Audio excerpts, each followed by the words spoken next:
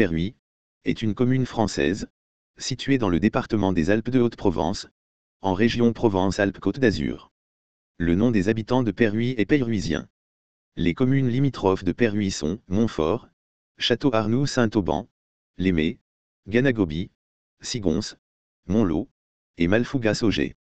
Perhuis est situé sur la rive droite de la Durance. C'est une rivière à la fois alpine et méditerranéenne, à la morphologie bien particulière. Elle est dite capricieuse, et autrefois était redoutée pour ses crues. Elle était appelée le troisième fléau de la Provence, aussi bien que pour ses essiages. Elle est aménagée avec une digue de 3 km, qui protège des crues de la rivière. Aucune des 198 communes du département n'est en zone de risque sismique nul. L'ancien canton de Perhuis est en zone 2, sismicité moyenne, selon la classification déterministe de 1991, basée sur les séismes historiques, et en zone 4, risque moyen, selon la classification probabiliste C8, de 2011. La commune de Perhuis est également exposée à 3 autres risques naturels, les feux de forêt, les inondations dans la vallée de la Durance, et les mouvements de terrain. Quelques versants de la commune sont concernés par un aléa moyen à fort, mais ce risque n'est pas pris en compte par la base de données du ministère de l'Environnement. La commune de Perhuis est de plus exposée à plusieurs risques d'origine technologique. Celui de transport de matières dangereuses, par rail, route et canalisation, principalement destiné à fournir en matières premières les usines Arkema de Saint-Auban et Sanofi de Sisteron.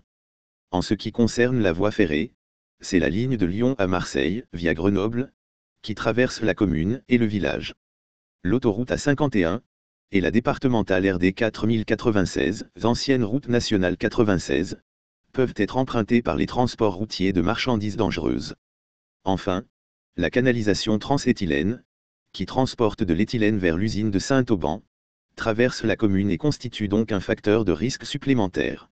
Le risque de rupture de barrage. En cas de rupture du barrage de Serre-Ponçon, toute la vallée de la Durance serait menacée par l'onde de submersion. Le risque industriel. Les accidents de l'usine Arkema de Saint-Auban, classée Céveso, seuil haut, menacent la commune. Le plan de prévention des risques naturels prévisibles, PPR, de la commune a été approuvé en 2004 pour les risques d'inondation, de mouvements de terrain et de séisme, et le DICRIM existe depuis 2010. La commune est de plus incluse dans le plan particulier d'intervention de l'usine Arkema.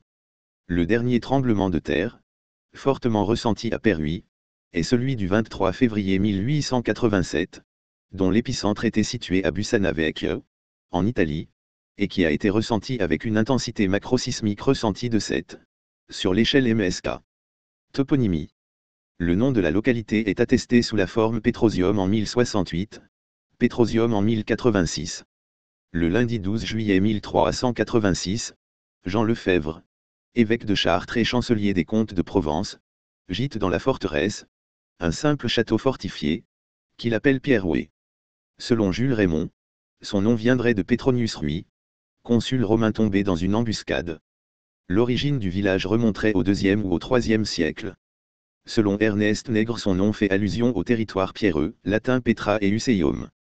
Perhuis se nomme Perhuis en provençal de norme classique, et Perhuis en provençal de norme mistralienne.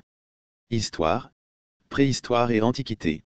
Dans l'Antiquité, le territoire de Perhuis fait partie de celui des Sogiontiques, Sogiontries, dont le territoire s'étend du sud des baronnies à la Durance. Les Sogiontiques sont fédérés aux Vaucons, et après la conquête romaine, ils sont rattachés avec eux à la province romaine de Narbonnaise.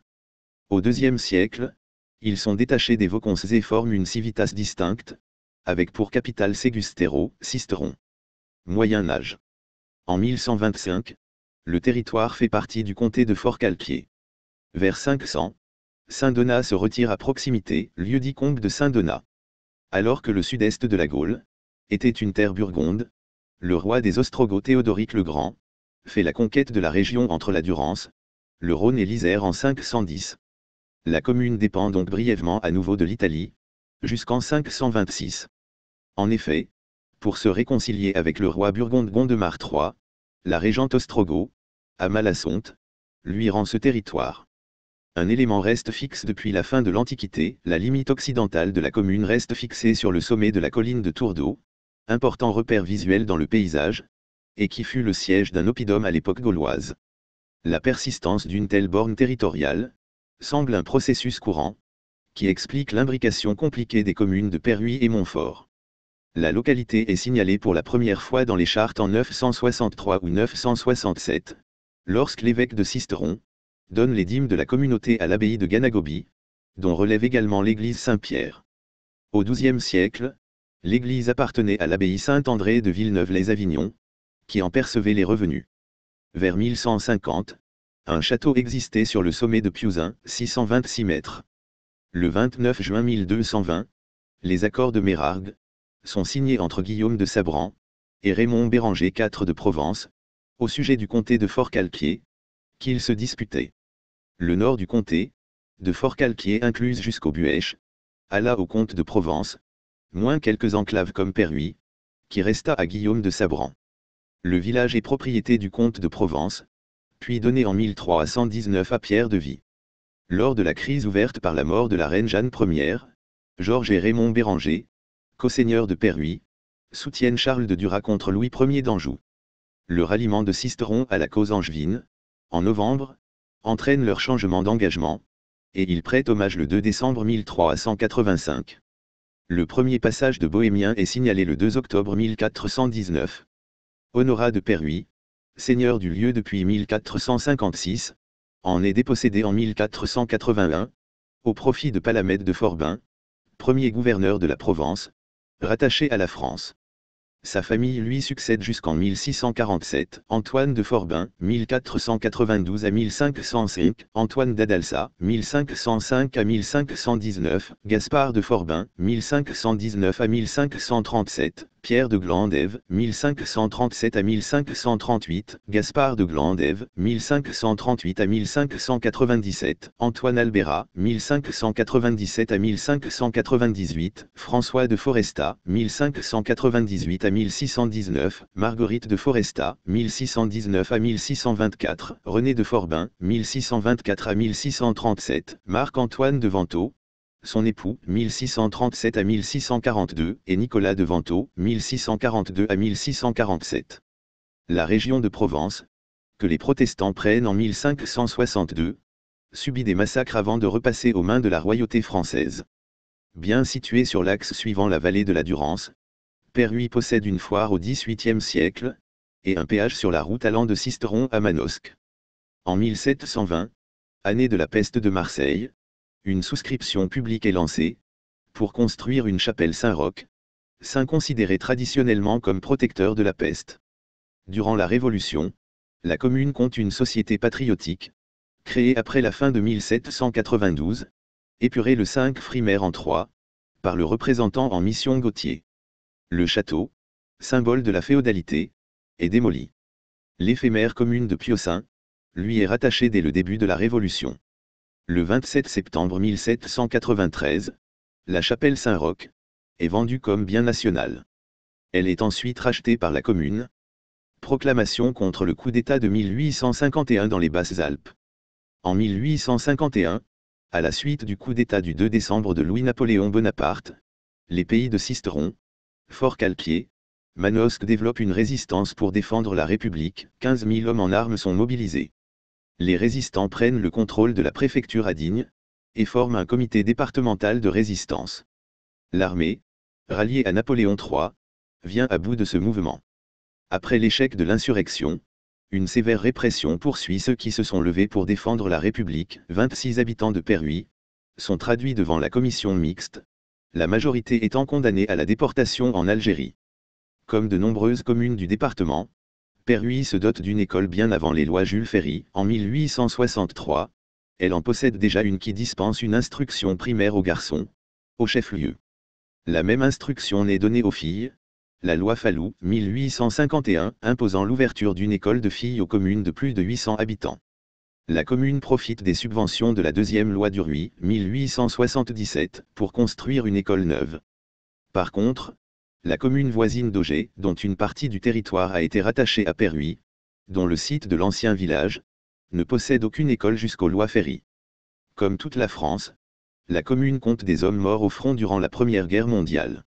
Durant la Seconde Guerre mondiale, le département est occupé par l'Italie, de novembre 1942 à septembre 1943, puis par l'Allemagne nazie jusqu'en août 1944. Le 1er mai 1943, des pylônes électriques sont sabotés par l'armée secrète, AS. À partir du 15 août, les ponts sur la Durance sont bombardés, ceux qui ne sont pas détruits, sont sabotés par la résistance. Pour préparer le débarquement de Provence, 2 équipes Jet-Bug sont parachutées, les 8 et 9 août, afin d'agir sur les arrières allemands, et notamment sur les voies de communication. Disposant du soutien de 3000 FFI, elles prennent le contrôle de la RN 96, qui permet de remonter la vallée de la Durance de Manos-Caven. Au cours des opérations suivant le débarquement, les forces alliées franchissent très tôt les premières défenses allemandes, et se lancent dans de rapides offensives de débordement, afin de couper les voies de retraite à la Wehrmacht. Une colonne, partie le 17 août de Vidauban, franchit la Durance le 20 août au sud de Mirabeau. Le 143e régiment d'infanterie US forme une colonne qui remonte la vallée de la Durance toute la journée du 20 août et libère les villes et villages sur son passage, dont Perhuis. Jusqu'au milieu du XXe siècle, la vigne était cultivée à Perhuis. Plusieurs dizaines d'hectares produisaient un vin destiné à l'autoconsommation, et à la vente sur les marchés locaux. Cette culture est aujourd'hui abandonnée. En 1975, la plus grande partie du territoire d'Auger, commune fusionnée avec Malfougas en 1972, est rattachée à Perhuis, cet échange de territoire se faisant à la demande des propriétaires. Malfougas-Auger ne conserve finalement que 111 hectares, de l'ancienne commune dont elle porte le nom. Lieu, et monument remarquable, fenêtres à croisées placées dans l'angle de la maison, les châteaux des hameaux de Piousin et de Gaude, sont en ruine. Vestiges du quartier juif, le donjon de l'ancien château fort, transformé en pigeonnier, et une tour en ruine dominent le village. Construit au XIIe siècle, il est reconstruit en partie au XVIe siècle, avant d'être détruit à la Révolution française. De l'ancienne enceinte du village, peut être simplement constituée des murs des maisons aveugles à l'extérieur. Il subsiste une porte voûtée passant sous un logement, datant peut-être du XIIe siècle. Dans le village, rue du Grand Cabaret, se trouve une maison qui a conservé ses croisées et ses fenêtres à meneaux, datant du XVe siècle. Toute proche, une autre maison de la fin du XVIIe siècle, a des fenêtres sous arc en plein cintre. Sur la place, se trouve une fontaine ornée d'un coquetier avec œuf dur. L'église paroissiale Saint-Roch connaît une première construction au XIe siècle, dont ne subsiste que son bas-côté nord.